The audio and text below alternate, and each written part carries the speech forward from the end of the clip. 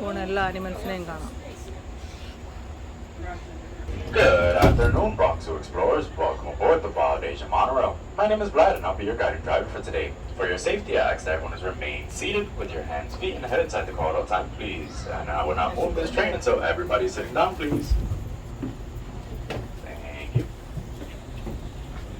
That's better. ഇത് വളയുമ്പോഴേ Everybody, sit down. Today I'll be your guide, and you will be on field sciences and training. After we cross the Bronx River, we'll be transported to Asia as if by magic, where we will visit animals from China to India, Cambodia to Nepal, and more. Here at the Bronx Zoo, we are the headquarters of the Wildlife Conservation Society, also known as WCS for short, in addition to managing 5 parks here in New York City. The Bronx Zoo, which are... Sorry about that. I'll warn at the animals as we approach them, but I will need your help. Now once we round this little bend and enter this very large meadow, we have now traveled over 7,000 miles and arrived in Asia. Be on the lookout for some of the animals. Now coming into this very large meadow, the very large meadow we're looking at is home to all of our deers. Now all of our deers in this meadow have moved to the southern end of the meadow, and we're going to be at the southern end in about 10 minutes. But it looks like one species of deer has stayed behind. Look to your far right where this little fence line cuts, and look to that back fence line, you're going to see some very large tan-coated deer. These very large tan-coated deer are the Bactrian deer. The Bactrian deer are new here to the Bronx Zoo. However, here's one of our keepers to tell you more about the day with the deer. Hi, my name is Michelle. I'm part of the Wild Asia Keeper team. We call this area Kanha Meadow, where we care for about 40 Barasingha deer, 15 axis deer, 10 black buck, and a pair of muntjac. We start our day by checking on all the animals, making sure they are healthy, behaving normally, and safe. Sometimes, fawns and calves are born overnight. Newborns are given a neonatal exam, which includes weighing, vaccination, and tagging for identification purposes. While the animals are in the meadow, we prepare their nighttime holding areas so that they have a safe and clean place to spend the night. We all know that an animal that is extinct no longer exists, like the dinosaur or the dodo bird. The next animal we'll see was on the verge of extinction. In fact, the Mongolian wild horse, or the Shlopowski horse, was extinct in nature. They can only be found in zoos today. Now keep your eyes peeled to your right. Once we pass all these trees and fences, we're going to be entering the Mongolian wild horse exhibit. And it looks like the horses have migrated to the far right of their exhibit. And we're going to see them very, very shortly as we're going to catch up. In the meantime, while we catch up, here's an interesting WCS conservation story. Farmers in Indonesia live closely with wild animals, like elephants, which we will see shortly. WCS field staff worked with local leaders and farmers in Indonesia to come up with the Crop Protection Unit. This unit created many different ways for farming to continue in close proximity of wild animals. One strategy was to soak ropes in chili powder and place them around the crops. Elephants do not like chili and leave the farms alone, allowing the farmer and the animals to share the habitat peacefully.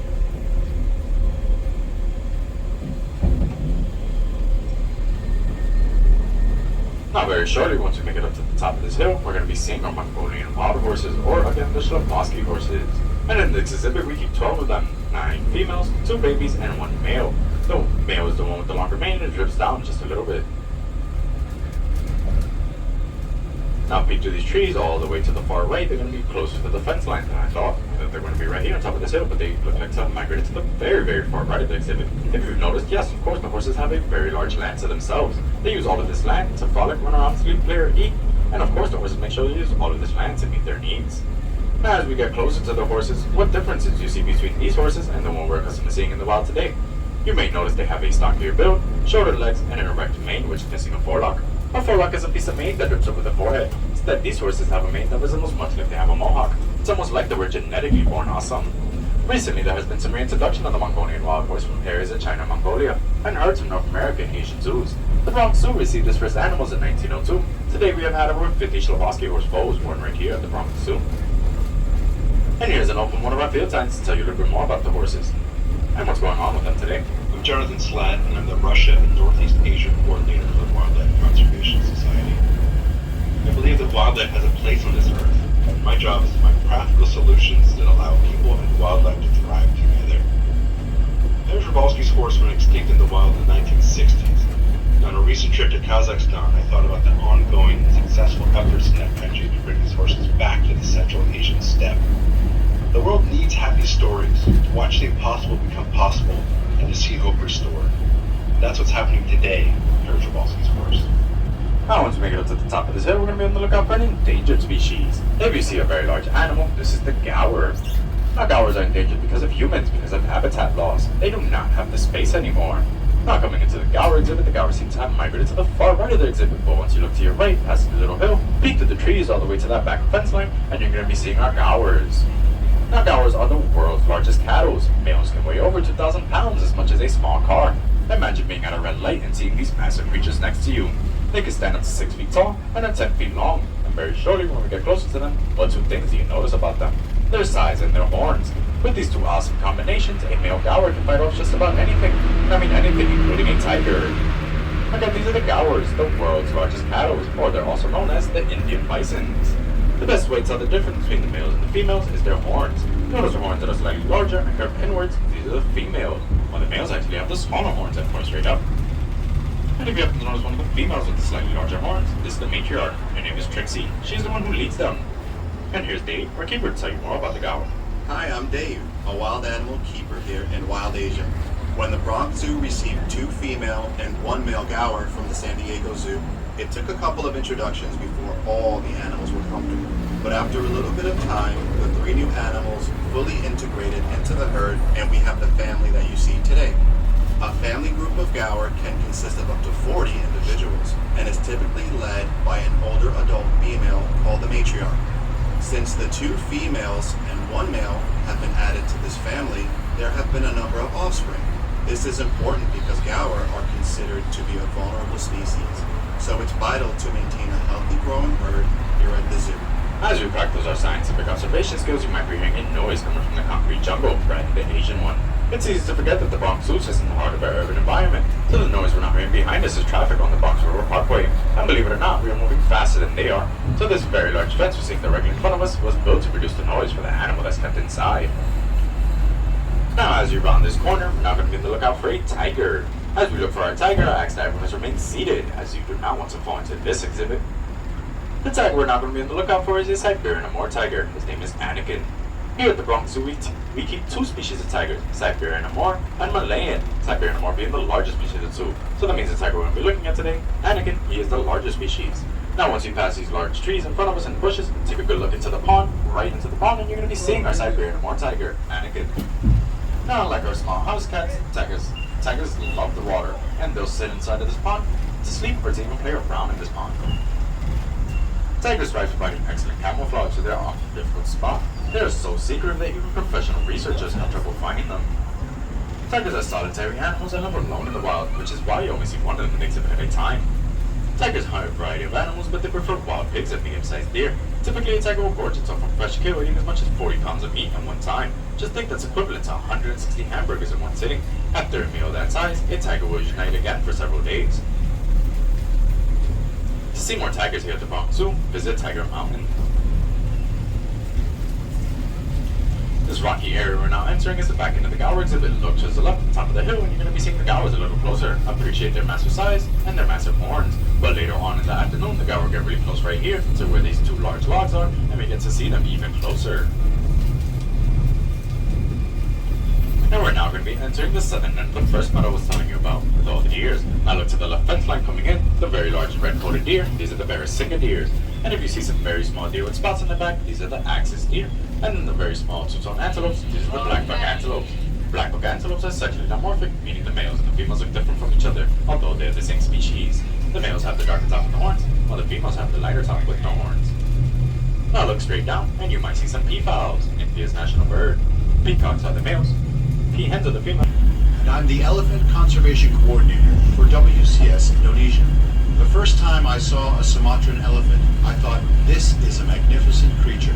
They will be safe because they are so big.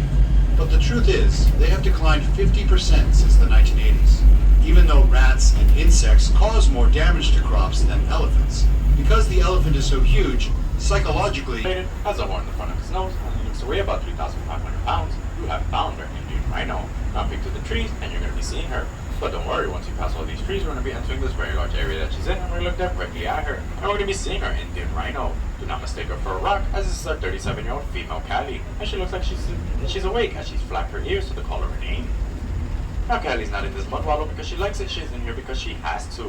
Many people describe rhinos as armor-plated with thickness of skin, but no, this is not true. The skin is actually very soft, very thin, and it has many folds, and it is sensitive from such things like the sun and from insects, and a rhino has to protect its skin. A rhino's favorite way to do so is by laying down in this mud wallow we're seeing Callie in right now.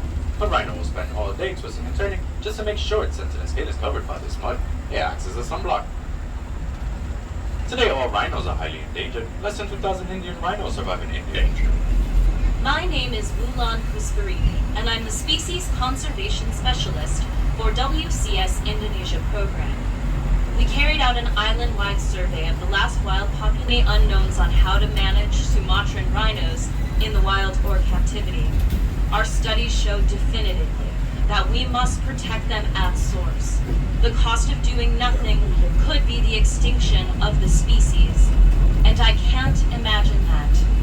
Here at the Bronx Zoo, we help animals like the rhino and the tiger by participating in a zoo cooperative management program called the Species Survival Plan. The name says it all. Zoos across the world work together.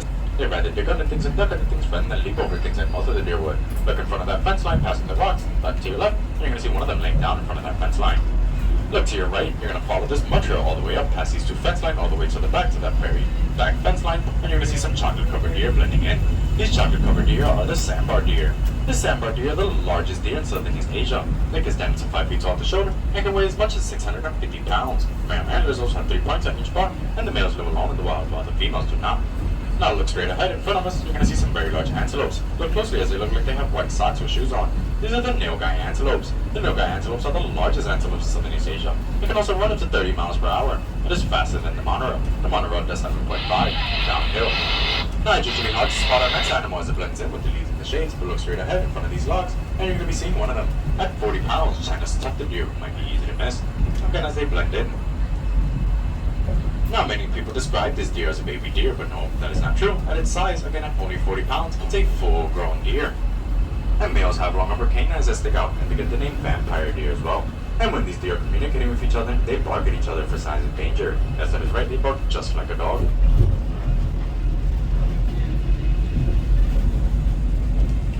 Now keep looking to your right, peek through these trees right in front of us, and you might see Happy and Patty. You can't hide an elephant.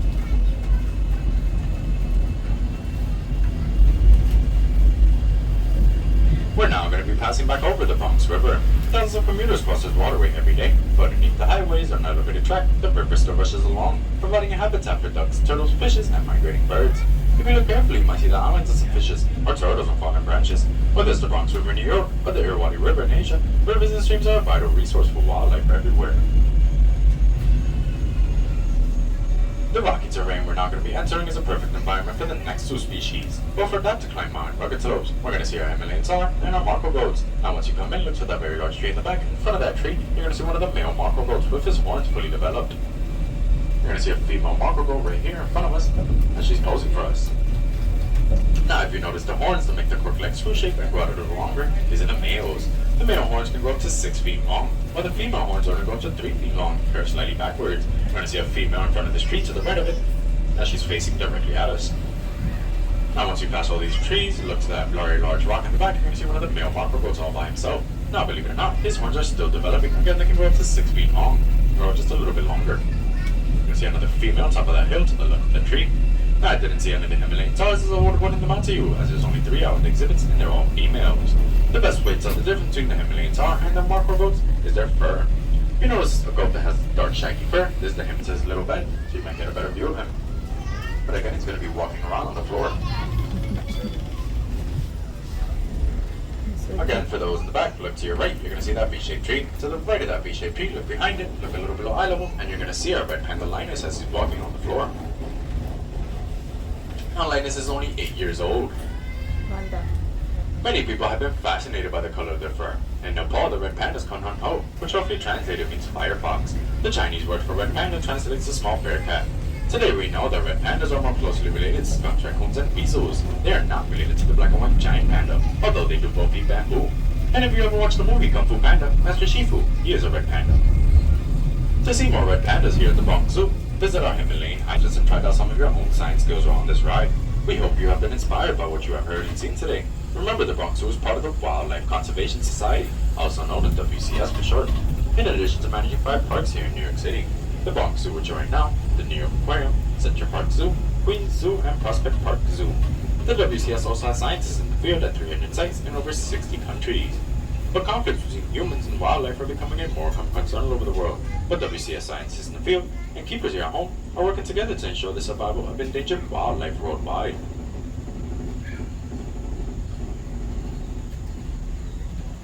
Now, ladies and gentlemen, very shortly we will be making a brief stop, and this is going to be a brief stop. This is not going to be the end of our journey, so please remain seated, again, as this is just going to be a brief stop.